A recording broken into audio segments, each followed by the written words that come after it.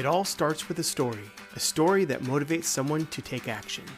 We are traveling the country, stepping into the heart of nonprofit organizations to discover how they're using storytelling to better connect with their donors, their communities, and have a greater impact. Nonprofits make America great. People helping people. One act of kindness, one small triumph, one story at a time. In today's episode, we're in Nashville, Tennessee. Well, Michelle, you know, I came here expecting to talk to you in Nashville, the home of country music, but I'm getting a different little vibe instead. I don't know, I'm in Greece or somewhere? What's going on? Well, Nashville is known by many names. Of course, Music City, USA is one of our names, but another name that's probably not known as well is Athens of the South. Athens of the South? Mm-hmm. Huh. So when they celebrated the bicentennial celebration of the city, they partnered with Athens. And like the real Athens? The real Athens. Huh. And they built a full-size replica of the Parthenon. Wow. Yes. So this beautiful, beautiful park is called Centennial Park.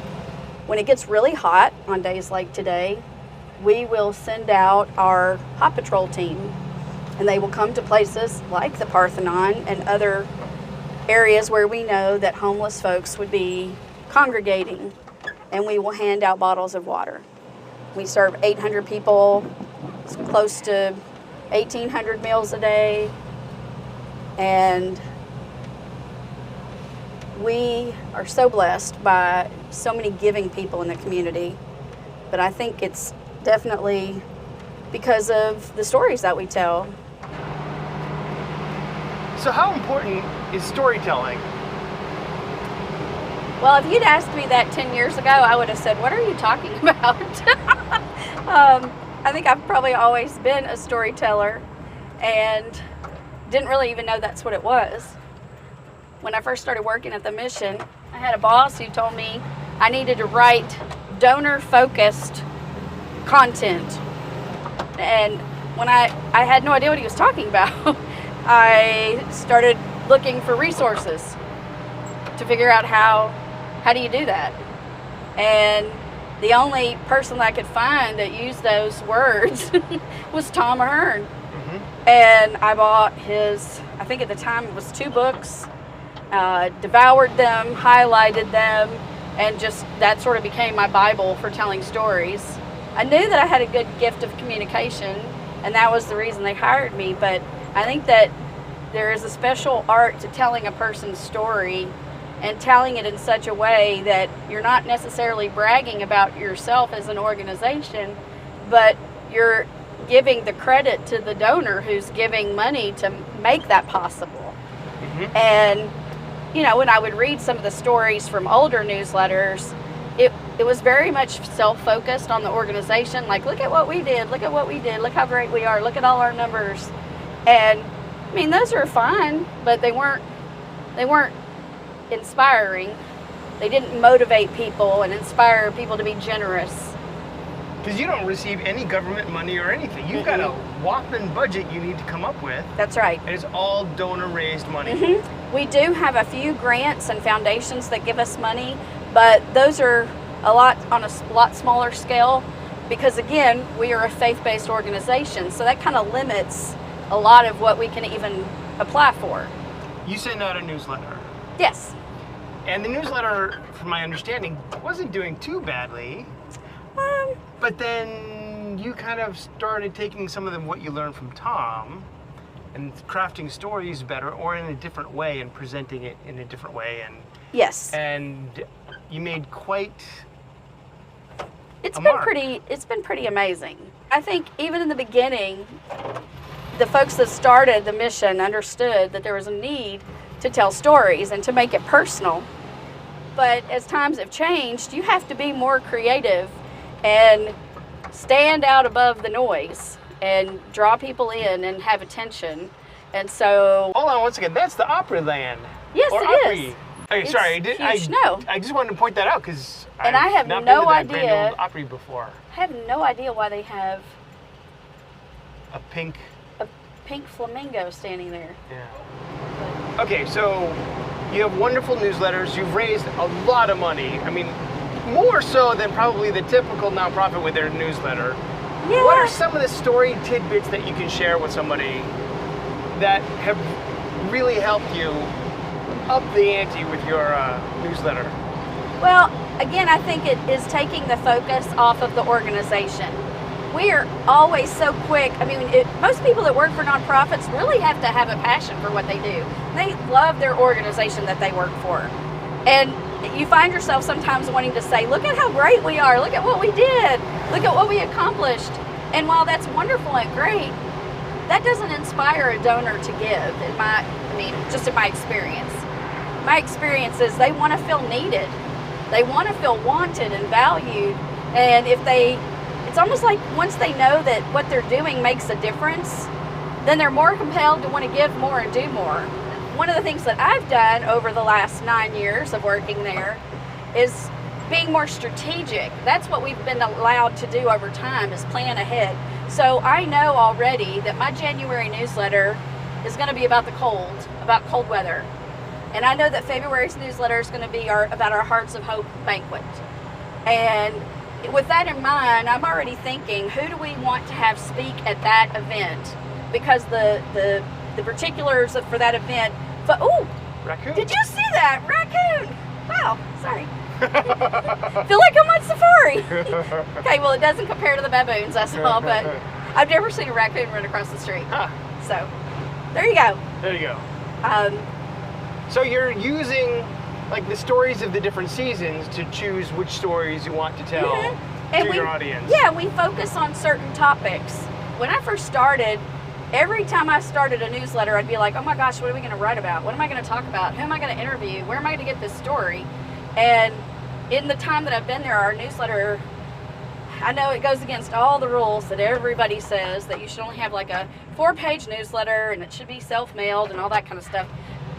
Maybe that works for some people, but for our audience, what has worked, we have an 8-page newsletter and we do it every month. And it's full color, full bleeds, and it's beautiful. It looks like a magazine. How many do you send out each month? We send anywhere from like 45,000 to 55,000. Wow. And these are active donors that give on a regular basis. Wow. So how much money does a typical newsletter bring in about? It's kind of hard to say because I already know that October, November are going to be our peak months. And we're going to average maybe 300,000, 400,000 on those 2 issues alone. Wow. Okay. Yeah, those are huge. But we're advertising during that time, we're doing radio during that time, and we're doing a lot more direct mail. And what we've tried to do again is to get back to consistency. So there used to be a huge disconnect between direct mail and the newsletters.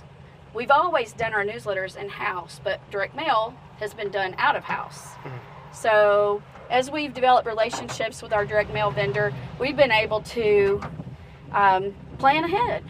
So in fact, they're coming in town not next week, but the week after, and we're already planning for next year. So I'm trying to put together stories, That's stories. Smart.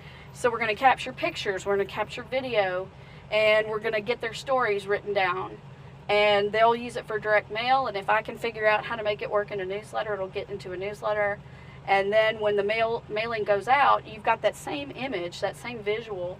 And I just think that that's important to your branding, just for people to recognize you, recognize your message, recognize your stuff. Well, people are so bombarded all the time that if they see a snippet of your thing over here, a snippet of your thing over here, a snippet of it over there, or the same image there, same image there, same image there, then over time that resonates deeper with them and they get it.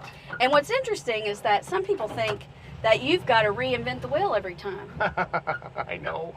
And they'll be like, well, we got to do it new all over. No. You're exhausting yourself and you're making your audience have to relearn you. I used to do that. Oh, you Big were ugly guilty? sin. I'm guilty of doing that. I need to reinvent the wheel, guys. Because you Every feel like single you've got to be time. creative. Right. But that doesn't work. Mm-mm. It does not work. That's how we kind of landed on themes for the newsletters. Because I kind of got at one time thinking, but we got to do something different. People, no, we don't. Keep it simple. One of the things that I talk about a lot when I'm doing stories, I tell people you have to think about what are the barriers. So, for example, a direct mail piece, if we were to use, say, a young guy who looks like he should be on the cover of a magazine, he might have the best story ever, but his image is not going to resonate with a donor. They're going to look at that and go, well, that guy just needs to go get a job. They might not even read the story. I said that, so his look is actually a barrier for us to overcome. So That is I'm a like, really good point. don't do that. Well, and I learned it the hard way. We did a newsletter. You probably heard me talk about this in the first year of the conference. It's the worst newsletter, worst performing newsletter still to this day. It's the worst performing newsletter. And the girl was beautiful. She was a beautiful young high school African American girl. And it was a beautiful picture. And her story was incredible. But nobody was moved to give. I mean, I shouldn't say nobody, but it was very low. Well, see, that's the funny thing is we all walk around carrying stories, right?